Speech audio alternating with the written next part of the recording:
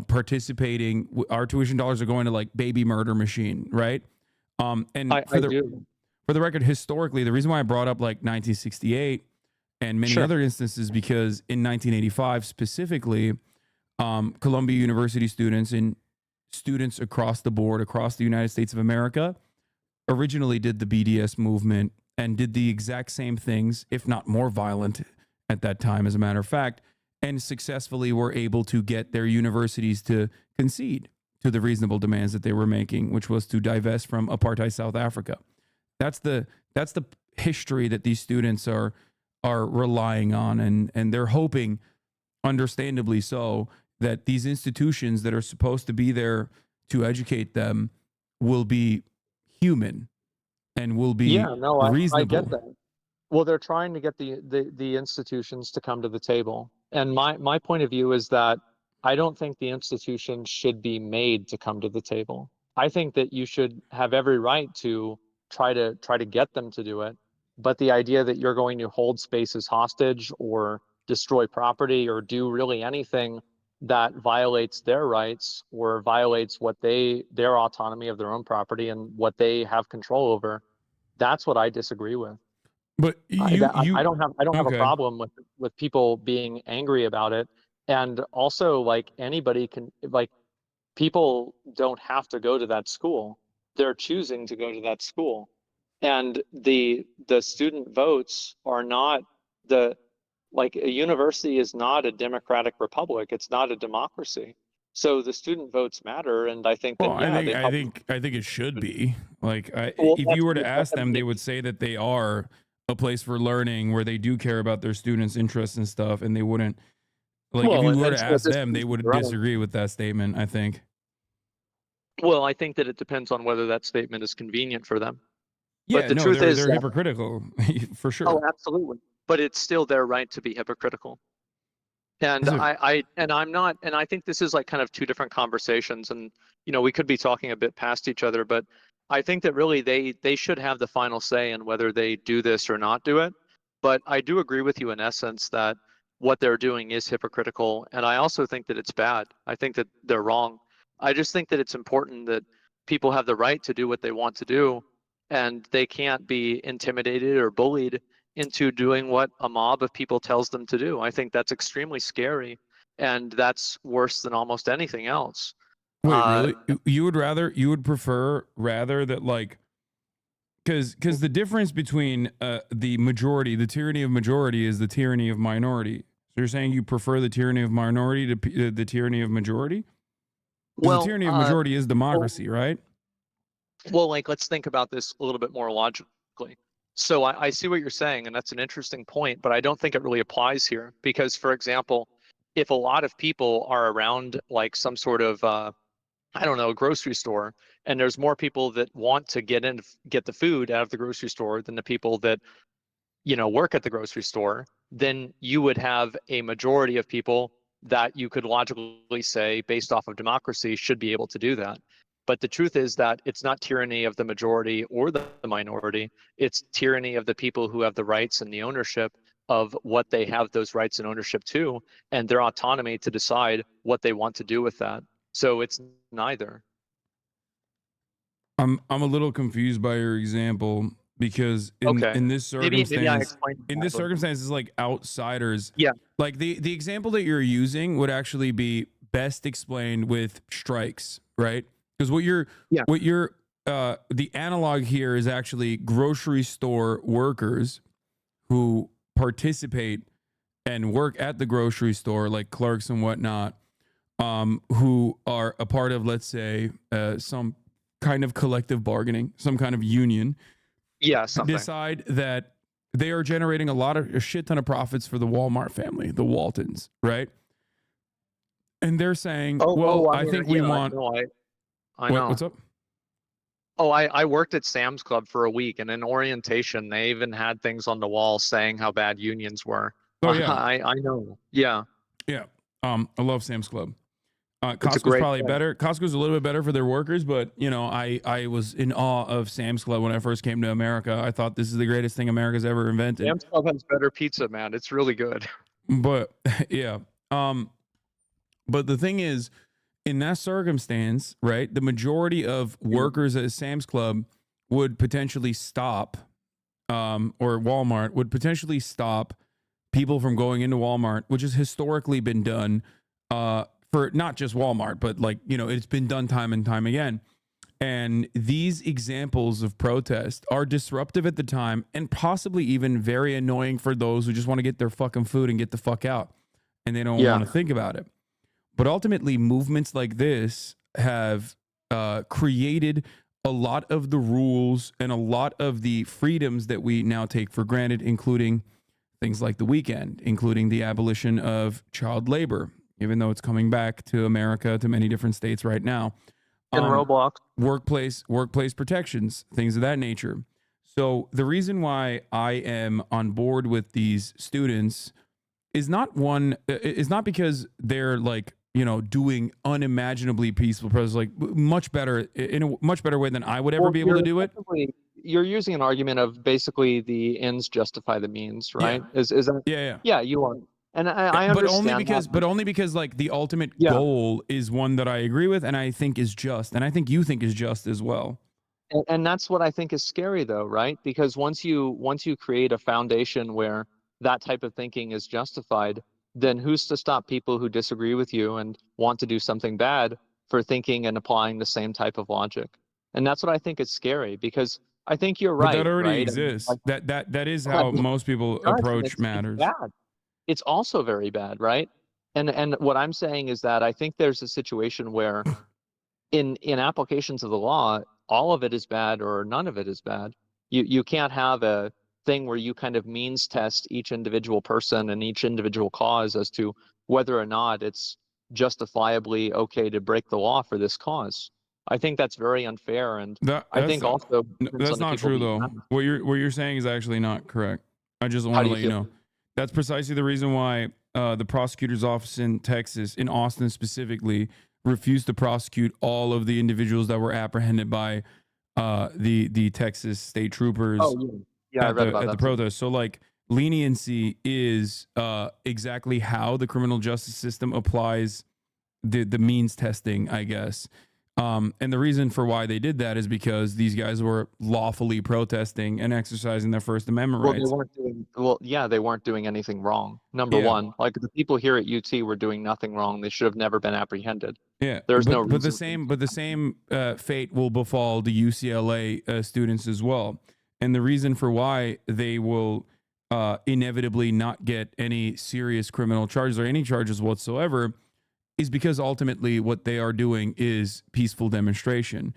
The major purpose here of sending the police there is not actually to this is what is like on principle alone anti-American, in my opinion, if we are to believe the First Amendment is real and true and enshrined and protected by the Constitution, which is probably one of my favorite things about America, considering that I came from Turkey, and a lot of the shit that I say about the American government or even the Turkish government, as a matter of fact, would lead me in serious criminal punishment in Turkey, my nation of origin. Yeah, I totally agree with you there. So that's why when I see stuff like this, when I see the state acting in this way, when I see the state like designing new bills that say like criticism of Israel is inherently anti-Semitic and should be illegal. That's the one from today. Yeah, when I see stuff like that, I am genuinely much more fearful about the future. It's awful. It's much more fearful about the future than like students actually protesting against their school in the most peaceful ways possible. To be fair, I totally agree with you there. But I think maybe the difference is that I view these, like in this circumstance, those two examples are both on the spectrum of not good or bad things. But you're absolutely right that the Israel thing, where you can't criticize Israel or say that people are working for Israel, it's fucking ridiculous. Like it's astonishing to me that it's even considered. So the question, I guess, is how do we resist against that, right?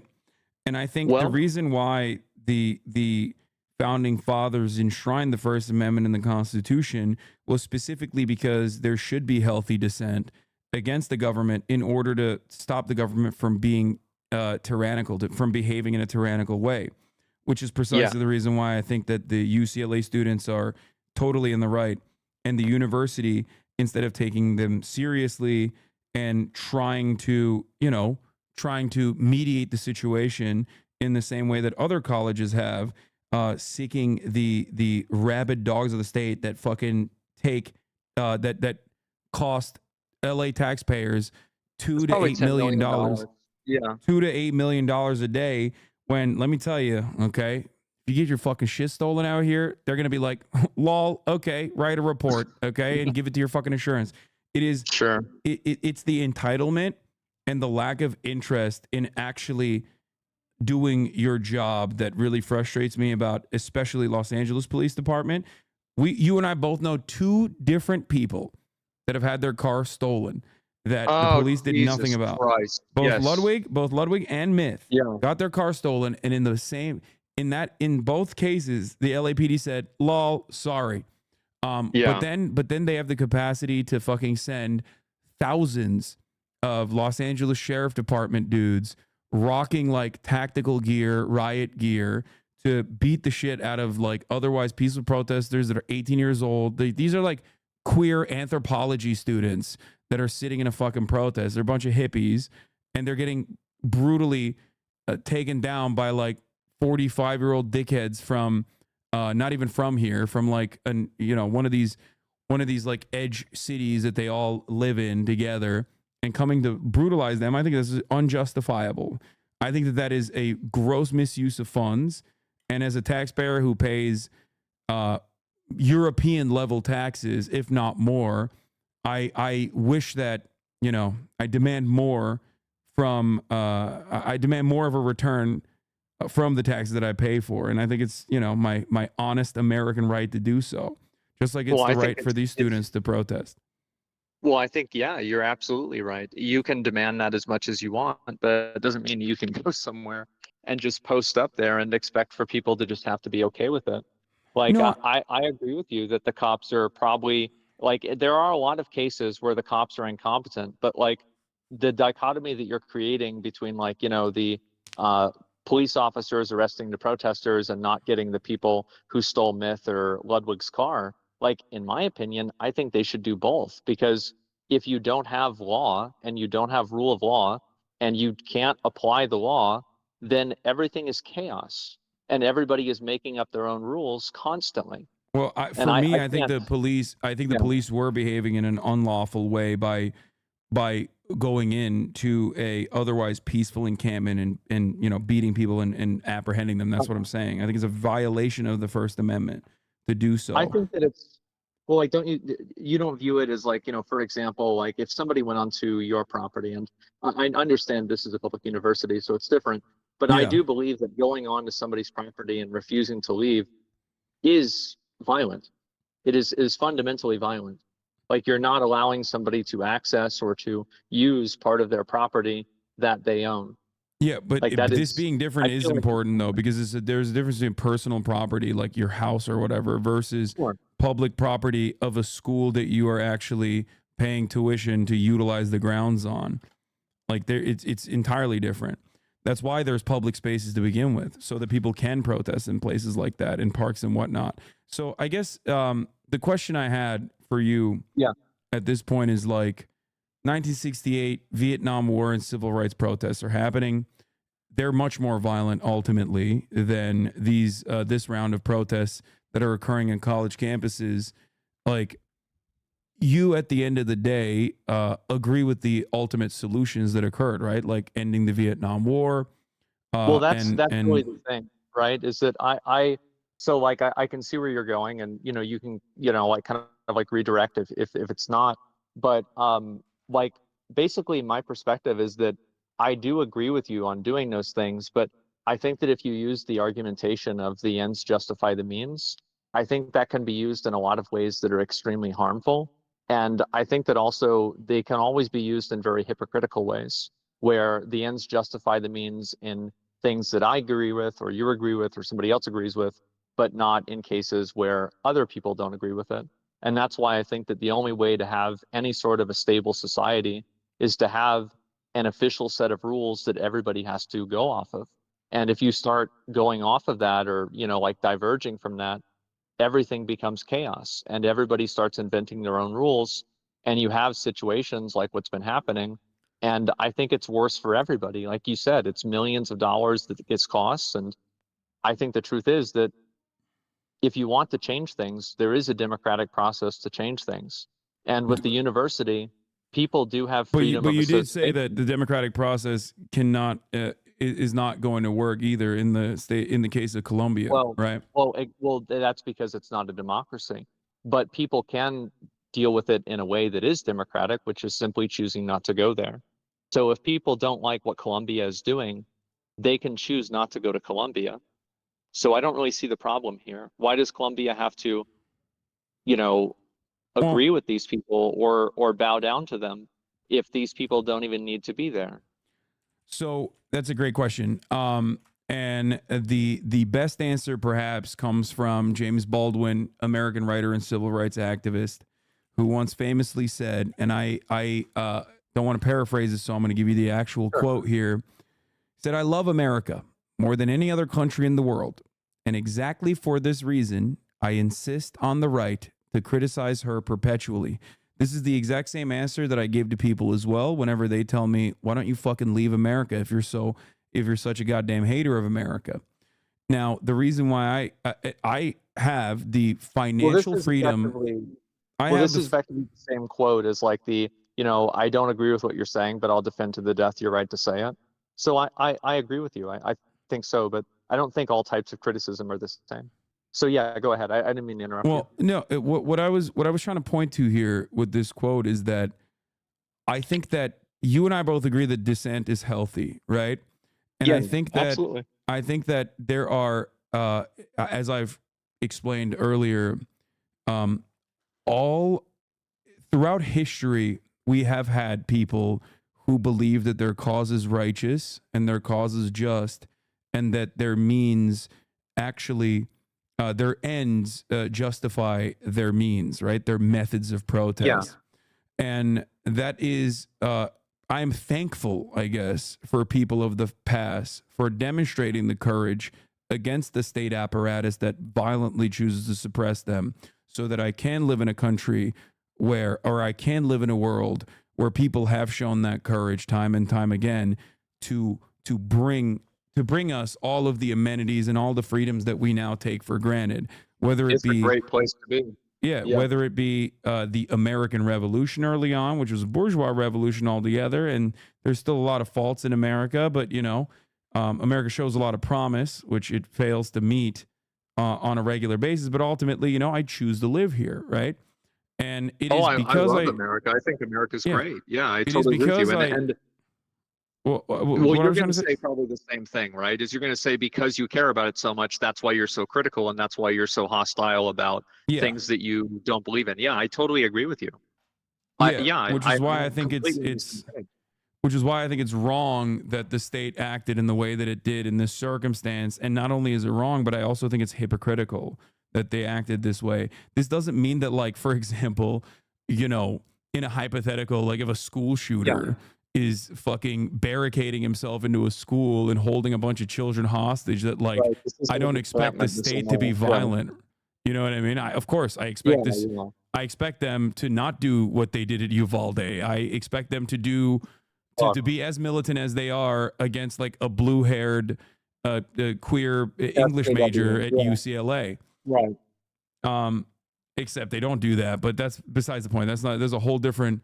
Yeah, That and opens up I a whole agree with different you. litany of I problems. think that it's, So I'm yeah, simply stating that in order for the state to react this way, I think there needs to be a bar. There needs to be a bar. There needs to be a standard, in my opinion. And that standard was certainly not met in this circumstance.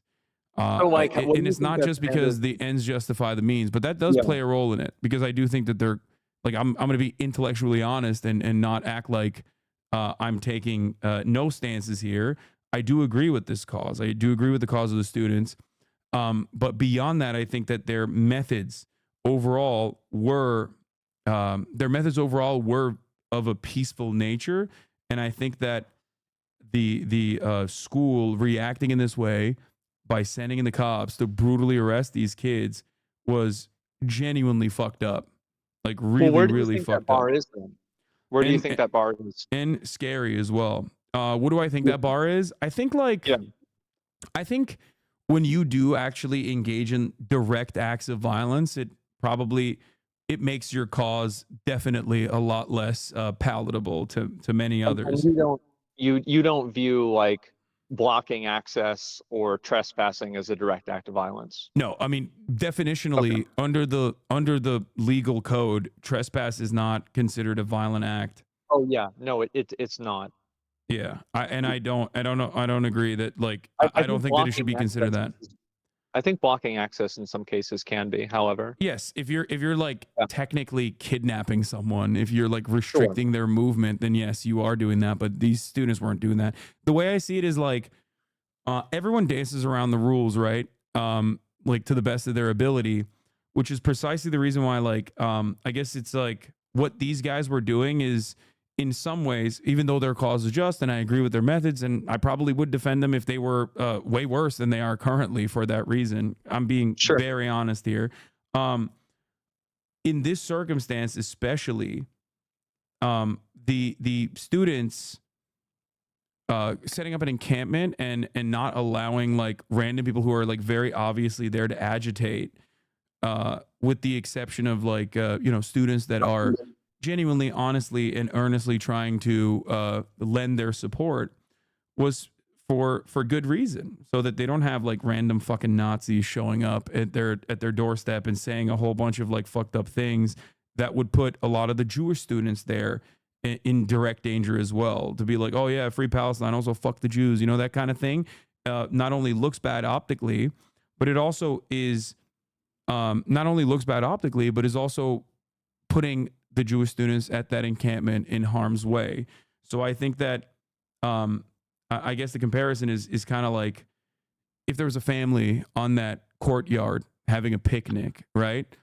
Just because you're a student, that would not give you the right to like step on the picnic while they're having a meal as a family. Well, let's use the picnic analogy, right? And like, so if the picnic lasts for 6 days, do you think the university should have a right to tell the picnic people to leave? I don't think the picnic would last because at that point it would be something different than a picnic. Right? I mean, at a certain point, like I do think that they do have the right to get rid of them. Like I agree with you, right? Here's I don't think the university. I think there's a limit. No, you're absolutely right.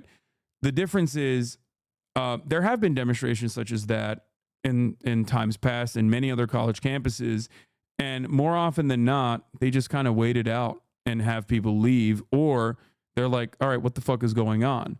And UCLA could have reacted in the same exact way that other colleges have reacted, like I mentioned, and tried to find a amicable and peaceful solution instead of actually greatly escalating to violent means by utilizing the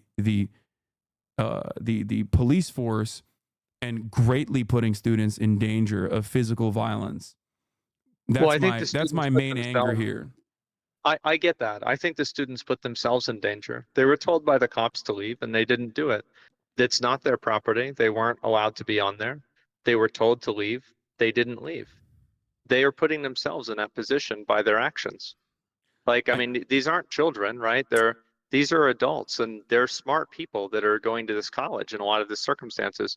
They know exactly what the ramifications of their actions are. So that's why this protest is, that's what they're doing is brave in many different ways because of the potential for state suppression. Okay, so I guess the question, like I said, with 1968 and whatnot, is that like I don't think you would like, as far as all the protests that have happened in the past, like the 1985 anti-apartheid protests. Yeah, similar counters were similar counter perspectives were brought up in this circumstance in each of these individual cases. I've also maintained that, or I have also shown, I think, with enough historical precedence that like the government doesn't simply offer people nice things because of the kindness of their hearts. People have to demand those nice things. Well, you have to vote for them, really.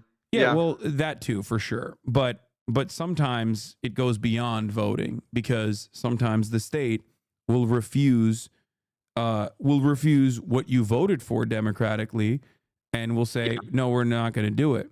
So I guess the question is always like, what is to be done? Like, what are people supposed to do? Because there is I this think, idea, I think it was JFK yeah, who said it, that like a violent retaliation to uh, what is it? It's like, I think people who make a violent suppression nonviolent of peaceful action makes makes violent violent retaliation a action warranted necessity. or something. Yeah, yeah, I think that's about it. Yeah, Yeah. I think we're saying the same thing. Like I know what you're talking about, and so yeah, I feel like you're definitely right, and that nonviolent action I think should be not going to that university. Don't go there. Vote for things that and vote for people that will represent your interests in a way that's authentic and will enable you to change policy in a way that you think reflects what your views are. Okay. I totally agree with that, and that's what I think needs to happen much more, because I think that a lot of people in the U.S. and I hear this sentiment a lot, and I find it to be very well. The thing is, it's sad, but it's also kind of true. In some cases, is that people feel like voting doesn't work, and like voting does work, but it should work a lot more than it does. And I think that people are just so demoralized, and they're so fixated around trying to like protest or like force UCLA to do something that they lose track of what they really, the power that people they really have is voting. We can hold people accountable. You can push for third parties. You can do that if there's enough people that believe in it. And I wish that that energy and that I don't think it's that easy. enthusiasm, I think the American like electoral system it makes that virtually impossible for the most what's part. the other, what is the alternative? I think the alternative is making through pressure, through public Yeah. pressure, by way of like causing some level of material harm in the form of strikes and labor militancy, as we have done historically in the past, is to organize on the boundaries of community, organize on the boundaries of labor, and make demands from at least one side of the political duopoly that they cannot ignore. And that is at the heart of protest movements like this. That's why I am fully in support of protest movements like this, because the reality of the matter is active lobbying efforts from corporations and the very powerful, very wealthy individuals in society have rendered American democracy useless. There are so many instances where there's like tremendous injustices that are occurring all around us that virtually every American would probably agree on, that that seemingly get no solutions from our elected representatives. The system is designed Well, as that's it kind of what I stands was talking currently. about. Yeah, but that's why I'm Like, saying like it's not just about it can't be just about democracy, because that's the expectation, or rather shouldn't say it can't be just about democracy. This is about more democracy, right? To yeah. make your elected representatives represent your interests rather than the interests of the wealthy few. And in order to get there, you do actually have to take it to the streets sometimes. You do actually have to show them that like, no, you can't fucking do this. Like, this is ridiculous. And Well, I think it's also about controlling a message and sending a message out that people believe in. Like you can look at somebody like Bernie Sanders, right? You were a big supporter of Bernie Sanders. I also like mhm. Bernie Sanders. Like the amount of money that he was getting versus, a lot of the people that he was going against was like nothing compared to them. But at the No, same that I mean time, he that got a lot of money from individual donors, especially. Um, I mean, compared to the bigger candidates, I mean, I don't know, like with those massive fucking super PACs, Yeah, of course. I mean, like it's yeah, always but going to that's what I'm be saying. Like, billionaires are much easily billionaires are going to much have a much easier time, dumping a $100 million of super PAC than like 100 million Americans giving $1. So giving a yeah, dollar, yeah, of course. yeah, Well, that's what grassroots I'm is saying, always right? much And so harder. I think the strength of the message is something that also is important. And I think if there's a strong enough message, people will believe in it and people will push it. I mean, we're the same age, right? So like you remember Obama, right? I mean, that was a very strong message and people believed in that and they acted on it. And I think that it'll happen again too whenever Yeah, but people remember. Obama was ultimately Yeah, yeah, yeah. But Obama ran on people didn't think ending that. closing Guantanamo Bay, and like Definitely. ran against the Iraq War, and then was responsible for the troop surge and like the continuation of the Iraq War, right? So like Promise the won't change his mind. I understand. so my point is like, what do you do when your elected representatives that you voted for have told you a lie, Well, right? like this is the thing, right? Because like people use, for example, like you use the Revolutionary War or like the Boston Tea Party or something like that as an example of like justified violent like basically protest. And I agree with you. And so I think the question is that I think violent and like you know, material destruction protest, like basically illegal protest, is completely justifiable if you're not able to like vent your frustrations democratically. And Mm-hmm. so I think the question is really depending on, do people have the opportunity to vent those frustrations democratically? Because like what you're saying is like, Well, I do you think it think is they have do true. you think they have this in this particular matter in America? Because you said like, Well, why like, don't? well, there's two circumstances, right? You're talking about with the schools. I think that they don't have it, and I think that they don't have the right to have it because it's not democratic fundamentally. Not everything needs to be democratic. And if you own something, it's like if five people outside your house democratically vote that, you know, your house should be, you know, everybody's house, that doesn't necessarily mean that you lose your house. Well, I mean, But I'm if they talking paid about in for terms it, of the government. if they paid for my house, then I think it's a whole different conversation. If they didn't It's pay a for my different house, conversation, but it doesn't mean that it's a democracy. no, I'm saying that if they paid for my house, that they would have a righteous say. They would have an understandable say in like uh in a circumstance where like they're living in the house and they paid for the house and they're Yeah. basically renting, then yeah, no, they do have a right, in my opinion, both morally and in some instances legally in what happens in the house. That's why if your landlord refuses to fix your fucking mold, for example, you do have a right. Many people don't know this, but you literally do have a right to deny them payment even. So I mean, it's state by Yeah, no, state. it definitely has to go both ways. But what I'm saying is that you can't do everything by tyranny of the majority. And I think that also whenever you're talking about private property, people should have the right to decide what is and what isn't like private property. And I don't think that people who own private property should, you know, be at the mercy of the majority in a lot of cases. No, that's And I why. I think mean, well, that's why this is public property. Like university campuses, especially state universities, are public property. That's actually quite literally the reason why, for example, you know those Westboro Baptist Church freaks that go to like all the oh college yeah. campuses and like talk about how like yell at students and call them the F slur and stuff like that. Oh yeah. Like those guys oftentimes cannot be kicked out of college campuses for this specific reason, because technically it is public property that their tax dollars are paying for, which makes the situation all the more complicated and all the more egregious in terms of a violation Well, of like First Amendment rights. yeah, I think that it's really about the encampment in that case, right? Because the people that were there were really getting kicked out. They weren't really getting kicked out for protesting. They were getting kicked out for having an encampment there. Well, So no, if they the were getting kicked Westboro out for Baptist, protesting. They were getting kicked out for yeah, protesting. They just used trespassing, even though originally they didn't have an issue with it. Here's what makes it even worse. Originally, they didn't have an issue with it, right? yeah, And then the counter protesters showed up first day, second day. Third day, the counter protesters showed up in incredibly violent ways, right? And you saw that, you recognized it as well. yeah, Then it was the obvious. school cynically, yes, the school cynically turned around and said, well, this is now a safety issue. So what do you think, what kind of lesson do you think that teaches everyone around the country? That if you want these students to shut the fuck up, if you're if you're like a 45-year-old Zionist dude who just wants to unconditionally dick ride Israel into oblivion, go and beat the shit out of some students, and inevitably the school will turn around and use your violent actions against them to basically say, now the state has to come in and pack up these students themselves. So they first got beaten by the Zionist counter protesters, many of which have been identified and are not from the school at all.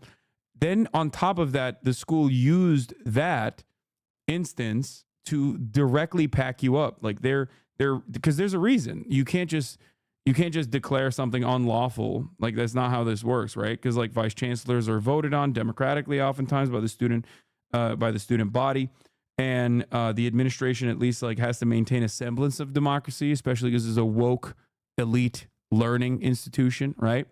Oh, well, I mean, like, just to make one thing clear, like, if these people weren't at, there was no encampment there and they were just sitting there protesting, I think that's totally fine. There's nothing wrong with that.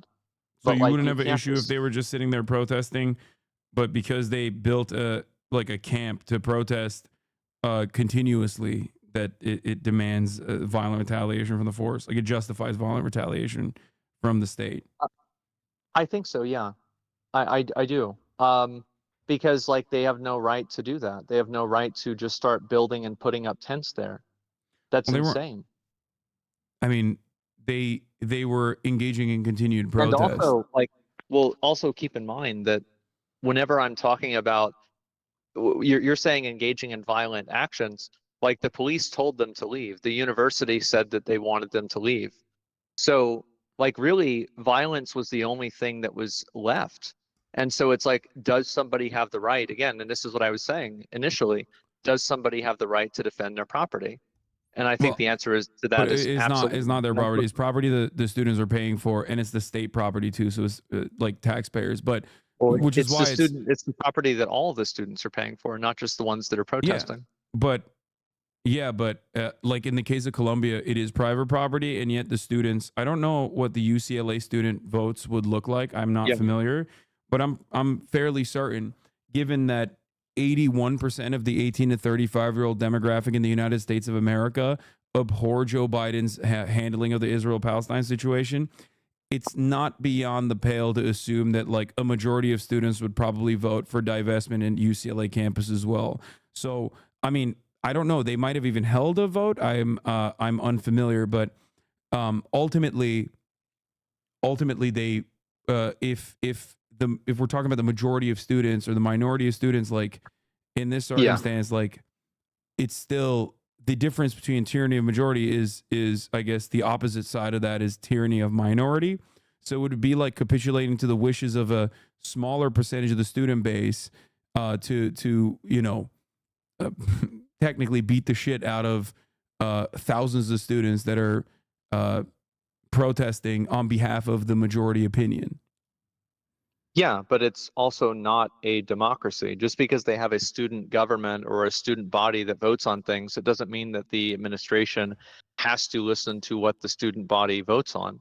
So, That was so never part of it. yeah, that's I guess that's the difference in opinion that you and I hold. I do think that they should listen to the student body in this circumstance. And I'm glad that they did in previous instances, like during the civil rights movement, when when students took similar actions during the Vietnam War and in the civil rights protests, where we've seen the worst of the worst, like what actually happens when there is resistance, like in Kent State, where they literally shot and killed Like seven four people, I think. students. Yeah.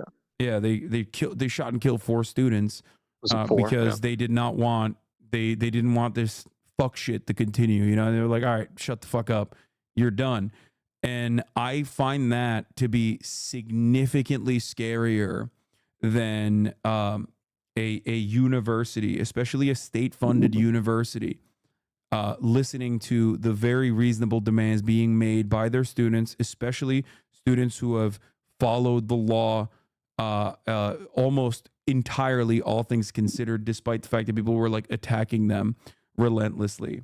And setting up defenses against that is also perfectly just too. Like that's why they had surrounded the encampment with like Well, a they were human getting chain. attacked with the plywood, and so it makes sense. Yeah, definitely. And I think those are two separate issues, right? So like you're talking about, like I agree with you that the university should do it, but I also think that they shouldn't have to. And with Kent State being shot by those, I mean, those are police officers that shot them. National Like I Guard. think, well, national, okay, well, either way, right? This is the Yeah. government that's doing it, right? It's not like there's not some kind of like, campus police force that's, hired privately. And so I think the problem is that whenever you're talking about something like, Columbia University or UCLA, people have the choice and the decision, the autonomy to decide whether they want to go to that school or not. And I think that the Yeah. fact that they have that right to do that means, and I think that the other counterbalance to that is that it means that the people that are running the university don't always have to listen to the students. And Yeah. I think that in a lot of cases, like what you're saying actually does make sense. And I think that it probably would have been better if they did divest. But So I here's do the thing though, like you're saying like they could just choose to go to another school. Okay. yeah, Most schools are in some way, shape, or form using their endowments to and also using their research to fund and facilitate Israel's apartheid, right? So let's say you transfer from UCLA to UC Berkeley. Okay, well they're doing that too. What are you supposed to do?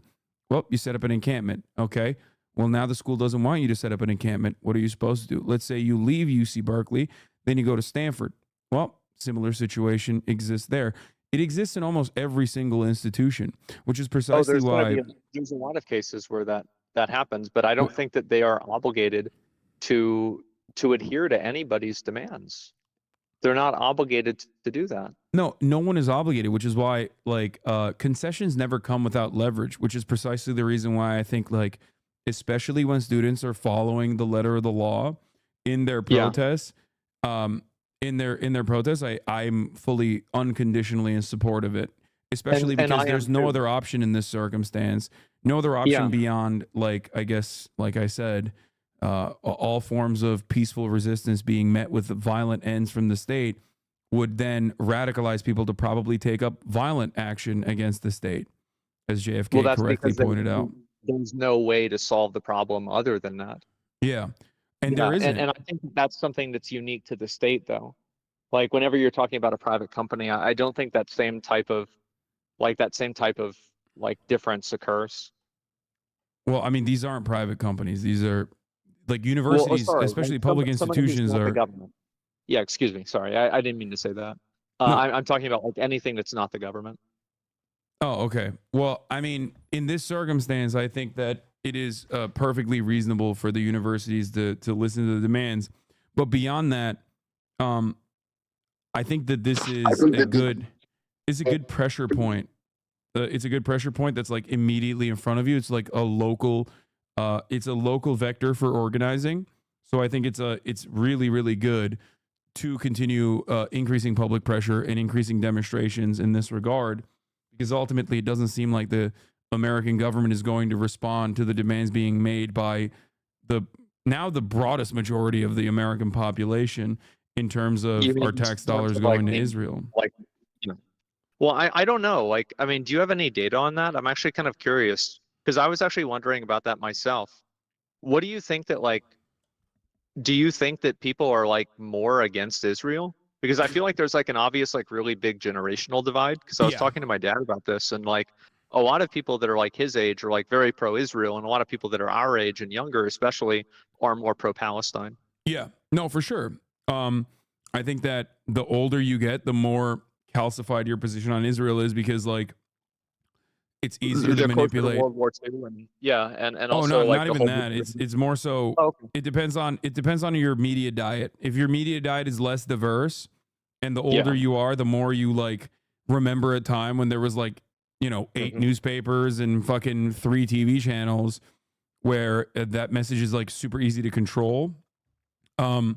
The more you heard like relentless dick riding of Israel from mainstream media, which you of course trusted.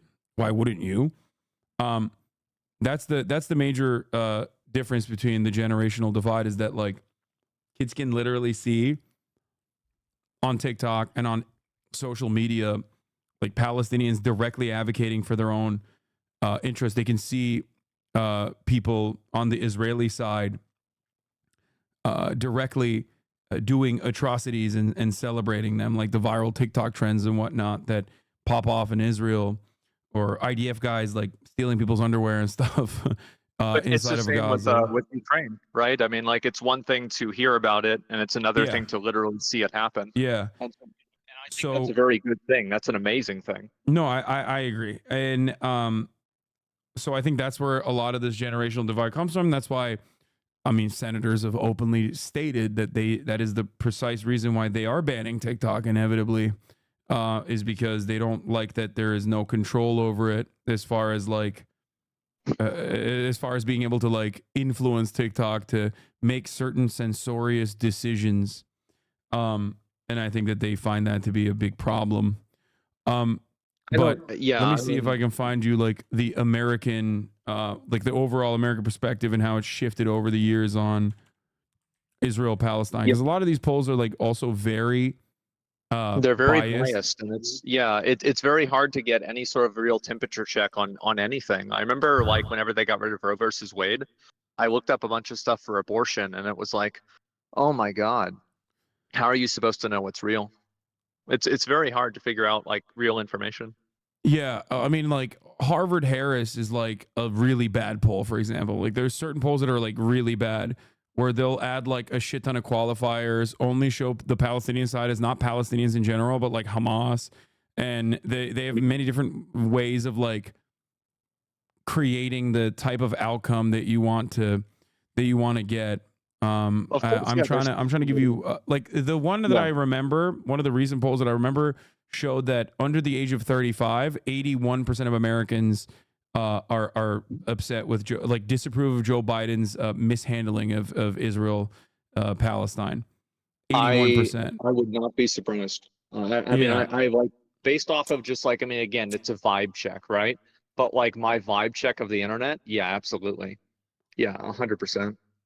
Yeah. And I don't know, I feel like that's a huge problem. Different polls I've seen show like overwhelming majority support from both Yeah, independents and Democrats, and even a majority of support from the Republican Party in terms of a ceasefire, for example, which is a yeah. position that the Biden administration has like not budged on and seemingly claims that they care about and want to bring about, but never really done so. I So think they're just paying it lip service.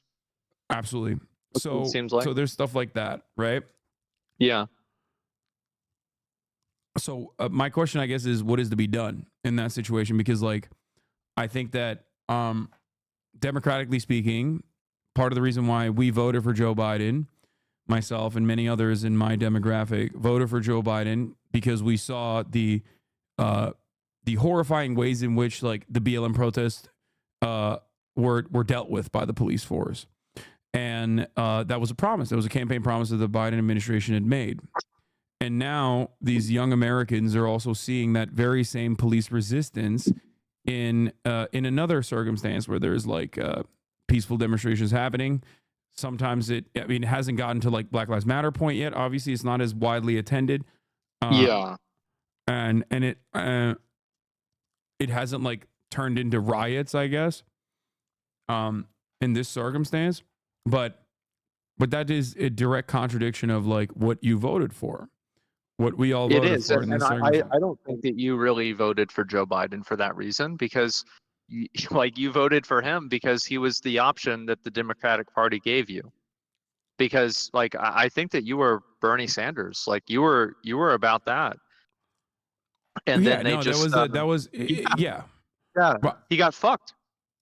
no, for sure. But my point is that was a part of it. The part of it that Yeah, was that he's not Donald Trump, and Donald Trump was the one that was like exactly. actively suppressing and saying law and order over and over again when faced with like the Black Lives Matter protests. So that was that was the assessment from many who voted for Joe Biden, thinking that like, well, he would be able to bring about some positive change and maybe tackle some of the issues within policing and discrimination. Now, obviously, that didn't happen. But No, it didn't. there are many other campaign promises that were violated, including but not limited to dealing with protesters, like talking about journalists getting arrested and whatnot. That was another major point of consideration. There's a video of Biden talking about the George Floyd protests, saying, "We will not allow any president to quiet our voice. We won't let those who see this as an opportunity to sow chaos throw up a smokescreen to distract us from the very real and legitimate grievances at the heart of these protests." Now that he's president, however, he basically reinforced the law and order must happen narrative that Donald Trump was advocating for. So my question always is like, well, what is to be done? How do you How do you and many other Americans get our lawfully elected representatives to How do we hold them accountable? actually follow through on the demands that they originally ran on the promises that they originally made? I don't know, because I think it's a very complex question, because I'm sure some promises are made and then somebody gets into office and they realize, wait a minute, it's not that simple, it's not that easy. And I think there are probably instances, I'm not saying this is one of them, I think it's actually in fact not, but I think that there are probably instances where campaign promises are made with partial information, and then whenever the person gets more information, they decide not to do it. Well, I mean, Joe And Biden's it's been like Joe Biden was in he's been elected in office, he's office been and around for was the like vice 50 president. years, right? Yeah. Yeah, I mean, like, no, I'm not saying this is an example, but I think that there are instances of that, but I don't really know what is the option for that. What do you do? Because like and like this is the question, like what do you think? Because I don't know. Well, I Because like, what mean, do you do? Like a riot? Do you like go and like have a recall? I think at a certain point, it's like don't. I think a lot of people get tricked into voting for this person, and I don't know how to solve that, because the Democratic and the Republican parties are so big. It's like, how do you how do you fight against that? But I think that like you just kind of have to, and I don't know like what alternative you could do that would have any sort of like real meaningful impact. well, this is one vector of pressure, like protests, Yeah, campus-wide protests in general on the streets. It's it's a very good and historically very successful way to get the government to meet your demands, even if it's halfway. So that's why I'm in support of the Palestinian pro-Palestinian encampments that are happening all around campuses all around the country. yeah. I mean, I think for me, like my perspective is that I support the idea. I support the freedom of speech. I think that at a certain point, whenever you are breaking the law does have to be upheld to a certain extent. But I also think that people's ability to protest should also be upheld. I don't. I think that for example, like camping out somewhere for 6 days and not leaving even after they tell you to leave and the police tell you to leave, I think that's too much. But Oh, I they also didn't don't. even they told them to leave because they said that it was endangering the students Yeah, themselves, like in the encampment, saying that and in that circumstance, if it's they like truly get cared about attacked or that, they something could like have that. Yeah. used the police to protect the encampment rather than Well, um that's clearly not the real reason. Yeah. yeah, well that's the point. That's what I mean. And if that's not the reason, and that's just simply the seasoning that they're adding on to the conversation, then there's one real reason why they're doing it, and that is because they just want the students to shut the fuck up and go To away. get the fuck out of there. Yeah, exactly. Yeah, And which I think I think is it's a bad thing. It definitely is a bad thing, but at the same time, I also think it's a bad thing for a bunch of people to just go camp out at the university for, multiple days at a time. I think that's not unreasonable. I don't think that I'm being unreasonable with this, but I also I think don't that think it's they're a being bad thing. I don't think it's a bad thing because yeah, no, there's no other options at that point for people to actually um make a fuss, kind of, you know what I mean, in the most peaceful ways possible. That's precisely what the students are doing because there's no other option there. Do you see what I'm saying? Like there's well, there legitimately no is. other You option, don't have to just go like to there was no other well, option you in don't the have to go to the school. Like but they don't have then to there's go there. another school. You go to another school. That school also has the same restrictions. That school also has the Yeah. same issues, right? And ultimately, you arrive at like there's no school that doesn't have this problem. And beyond that, I don't think people should have to leave their schools anyway. I think that the right thing to do in this circumstance is to make demands and to see if enough people get on board with your cause. And if enough people do get on board with your cause, even if there is violent resistance from the police force, ultimately the school should capitulate to the demands that you're making. We have power in numbers, and that's ultimately how democracy does work and should work. But beyond that, laws in this circumstance, as I tried to detail earlier, are just they're used as a legal justification for the actual reason, which you and I both agree on, which is not necessarily um, it's not necessarily the encampments and the space that they Well, the occupy, but campus. rather what the students are saying. Oh yeah, I mean the campus has the right to do that though, and I think that if you don't follow the laws, then nobody has any sort of benchmark or frame of reference to how to make any decision. You just have people that are making decisions for, the ends justify the means, and that is, I think, again, chaos. I understand what you're saying, and I think that's fair, I and mean, I'm sure it's frustrating, but I also think that at the same time, there should never be a situation where a bunch of people get together and they force a group of people to do something in a way that's non-democratic, because yeah, it's really like, because this was at the whenever heart you of the have civil rights movement, though. Rosa Parks refusing to sit at the back of the bus, um, student protests, and sit-ins being enforced in or the Montgomery bus boycott. Like, these are all disruptive acts of civil disobedience that were met with violent police brutality at the end of it. Like, I don't think you have this opinion. You share this opinion on the civil rights movement, I suspect, right? Well, it's a much different situation. I mean, of course it's different. Yeah, Why I is mean, it? like one of them you're protesting against a government, and the other one you're protesting against a university. A university isn't a government. Okay. Well, state And I think that universities. you're, Well, they did well, protest against universities as well during the well, civil yeah, rights movement. So the sure. What I'm saying is that I think that if you're talking about the actual, what do you call it? If you're talking about actual laws, then yeah, people, if they want to protest, the best way to protest is to fucking vote. Like that's what needs to happen. Like I don't think that you can rely on just getting a bunch of people together and then hopefully the government is going to do what you want. Because also, like, just because there's a lot of people protesting doesn't always mean that that means that that's what the majority of the people want. Because the the majority majority of of the people people are did not. not want um, you know, the any kind of desegregation in general. It depends probably on where, but I think that in some cases you're probably right. Where they had to like march the, like Especially in the black South, kids yeah. and stuff like that. Yeah. Yeah, you're right about that. So And like, that was the minority in that circumstance, and allies of the black community demonstrating unlawfully. Like, they were sure. breaking the law. They were specifically going to segregated institutions, whether it be universities or whether it be restaurants, private establishments, and demonstrating in a show of force to say that these are unlawful. These are unjust laws that are in place, and these are unjust practices that are in place that are turned that the government turns a blind eye to, and that needs to change.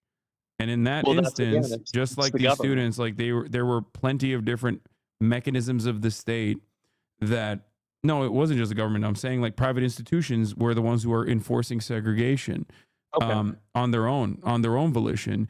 The reason why we have specific rights that actually interfere in the way that private businesses conduct their affairs on the boundaries of exclusion for certain races and For even discrimination. gender Yeah. discrimination is specifically because, and this was the segregationist argument at the time, which was just let the businesses do whatever they want. I'm sure that people will take their dollars elsewhere, but it didn't work that way. Plenty of people actually genuinely loved the idea that there were white only institutions. White people had more capital than black people, especially in the South. And therefore, all of these businesses, if it wasn't for the federal government, inevitably, due to a tremendous amount of protest and a tremendous amount of resistance and a lot of state violence that tried to squash this democratic resistance. If it wasn't for all of that, then we would still not have any laws that interfere in the affairs of private businesses and and uh, and refuse them to No, refuse I to see allow what them you're to saying. discriminate. Yeah, no, I see what you're saying, definitely. I think if you're talking about the protests that are happening now, I do think that is different than the civil rights movement. It's certainly different. And whenever you're talking about the civil rights movement, also, like I don't know if we can really apply something that happened 60 years ago to something that's happening right now or 50 years ago. It's very hard for me to say. I think in some cases you're probably right. In some cases, maybe not so What do much. you mean by it's different? It's different because the entire culture is different. The way that people are making decisions is different. The way that people can vote is different.